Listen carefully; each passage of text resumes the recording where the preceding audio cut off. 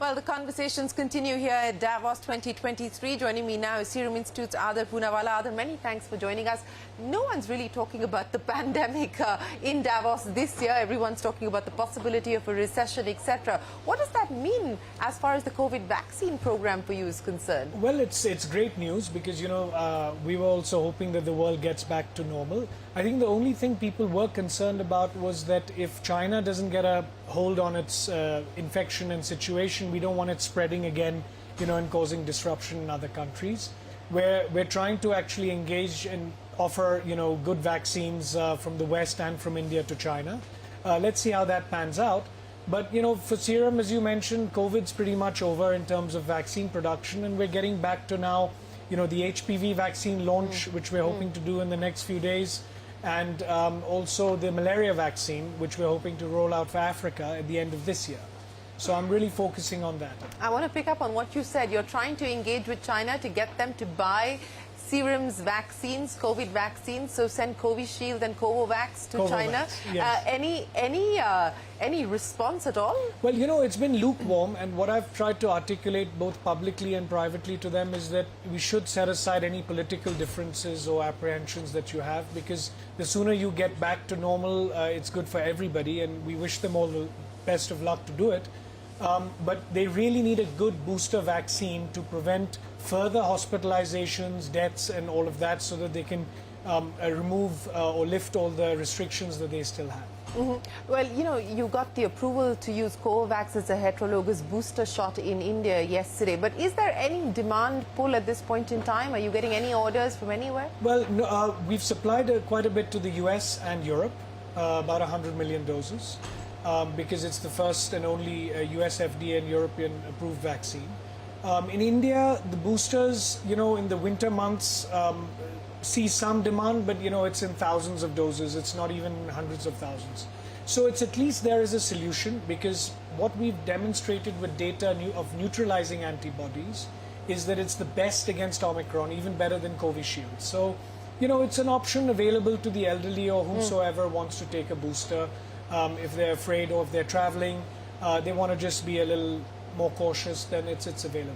Okay, so let me talk about the other businesses that you also have your hands in. Outside of vaccines, what does 2023 look like in terms of future investments, in terms of new opportunities that you're looking at? Well, it's very exciting because, we're investing a lot of capital in India. We're going to launch the Vision Fund, which is a Cat 2 fund.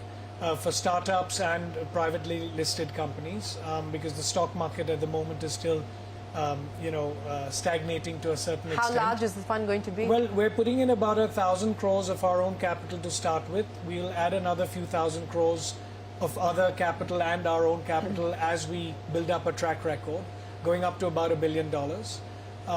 But that's going to be in listed and unlisted entities. And of course, we've got the finance and general insurance business that I'm very excited about. We did a recent deal to sell off the housing part, which was a subsidiary, and focus all our capital and energy on the NBFC.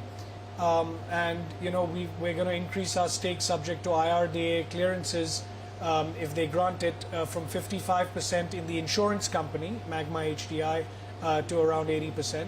We're hoping to do that over the next few months.